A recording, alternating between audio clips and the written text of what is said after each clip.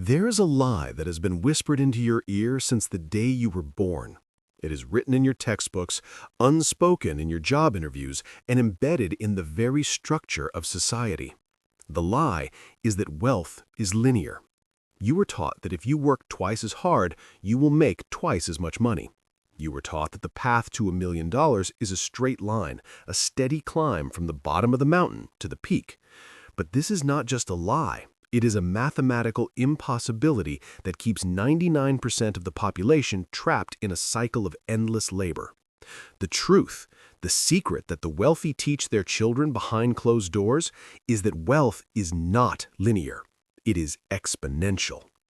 But here's the problem. The human brain is flawed. We evolved to understand linear progression. If you take 30 linear steps, you cross the street.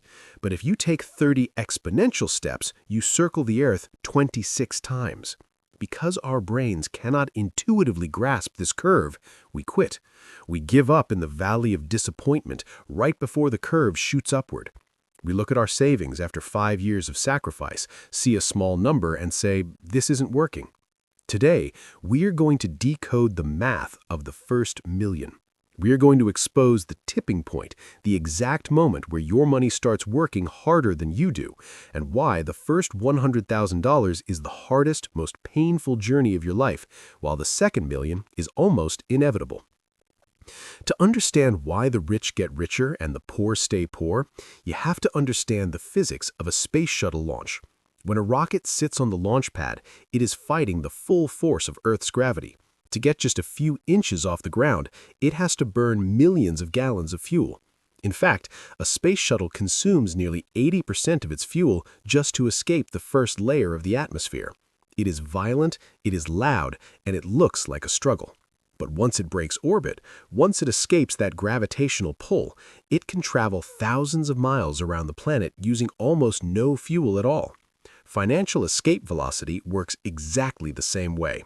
The first stage of your financial life, the journey from zero to your first $100,000, is your launch. It is the hardest part.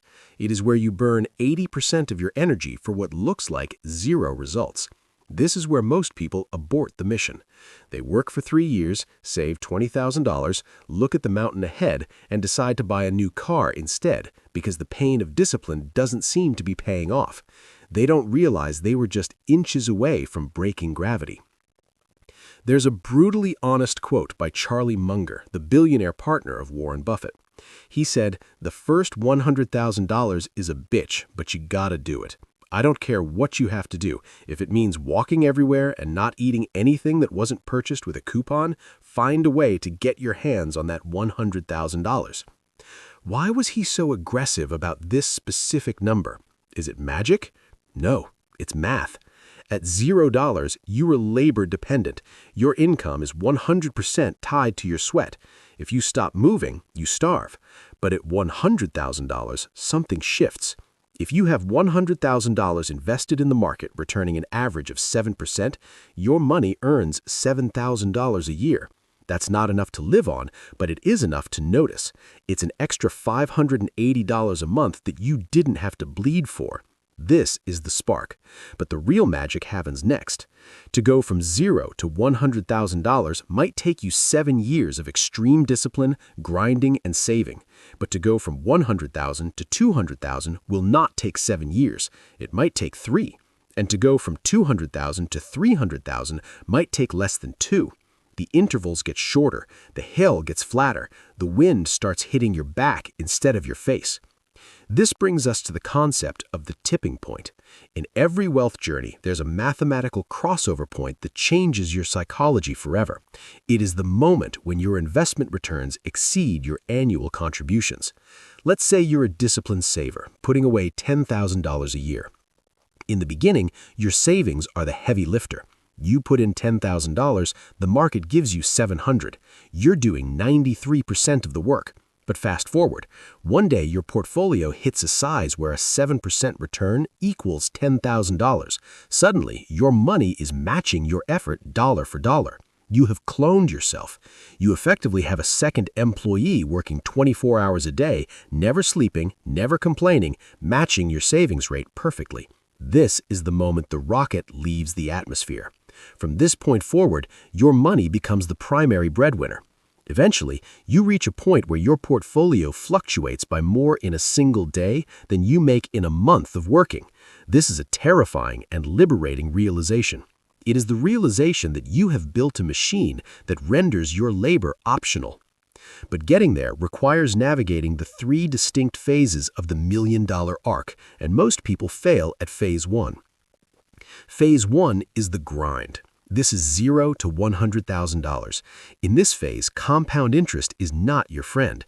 It is a ghost. It is barely there. You cannot rely on returns. You cannot rely on passive income. In phase 1, you are the asset.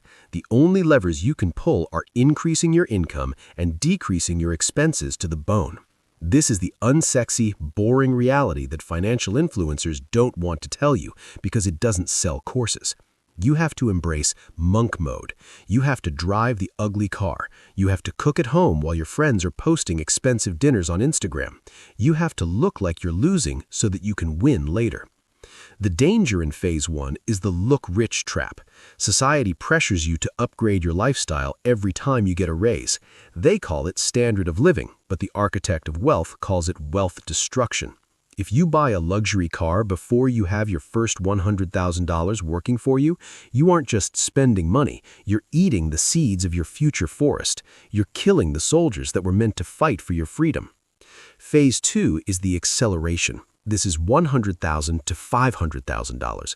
This is the boring middle. The excitement of starting is gone, and the finish line of $1 million seems far away. But this is where the bamboo breaks the ground. You start to see the snowball rolling on its own. Your net worth grows on days you don't even go to work. This phase requires a shift in strategy. In phase 1, you focused on savings rate. In phase 2, you must focus on asset allocation and not interrupting the compound. The biggest mistake here is getting too clever. People get bored. They see their money growing and think, I should trade crypto, or I should pick individual stocks to speed this up. No, you let the machine run. You're in the slipstream now. You don't jerk the steering wheel at high speeds. You protect the capital. You continue to feed the beast, but you can breathe a little easier. You can buy the slightly better coffee. You don't have to pinch every penny because the heavy lifting is being shared between you and your capital. Then comes phase 3. The velocity. This is $500,000 to $1 million. Here is the mind-bending math. Getting from $0 to $100,000 might take you 10 years, but getting from $600,000 to $1 million might take the same amount of time as getting from $0 to $100,000. Think about that. The last $400,000 comes as fast as the first $100,000. This is the exponential curve going vertical. At this stage, your annual returns are likely higher than the average national salary. You're making more money by sleeping than most people make by working. This is not luck. This is physics. It is the inevitable result of consistency applied over time. But there is a final trap here, and it's psychological, not financial. It is the undefined enough. If you haven't defined what freedom looks like, you'll reach the million and feel nothing. You'll move the goalpost to 2 million, then 5, then 10. You will remain a prisoner of the accumulation phase, never transitioning to the liberation phase. The journey to the first million is not about the money. If you were handed $1 million today without the discipline of the journey, you would lose it. We see this with lottery winners every day. The journey is about the person you become in the process. The discipline, the delayed gratification, the ability to control your emotional impulses. These are the true assets. The money is just a scoreboard that tells you how well you have mastered your own psychology. The first million is a certificate of mastery over your own mind. It signifies that you have broken out of the consumer matrix, rejected the programming of immediate gratification, and built a fortress of independence. So, where are you on the curve? Are you sitting on the launch pad, burning fuel, feeling like you're going nowhere? Are you in the valley of disappointment? I'm here to tell you, hold the line. The math does not lie. It does not care about your feelings, your fatigue, or your frustration. If you feed the equation, the result is inevitable. Do not abort the mission 5 minutes before the miracle happens. Do not eat your seed corn. Do not trade your freedom for a lease payment on a car that will be worth nothing in 10 years. Keep pushing the boulder. Keep burning the fuel. Because once you break that gravity, once you hit that tipping point, you'll look back at the struggle and realize it was the price of admission for a life that 99% of people will never understand. So, if you're ready to defy gravity, if you're ready to commit to the grind of the first $100,000 so you can enjoy the velocity of the second million, I want you to leave a mark in the comments. Type the word velocity. It is a promise to yourself that you are playing the long game. It is a signal to the algorithm that you are part of the 1% who understands the math of wealth. Type velocity below. And if this video gave you the perspective you needed to keep going, hit the like button. It helps us find other architects of wealth who are lost in the noise. Subscribe to Limitless Wealth because in the next video, we are going to dismantle the diversification myth and show you why concentration builds wealth, while diversification only preserves it.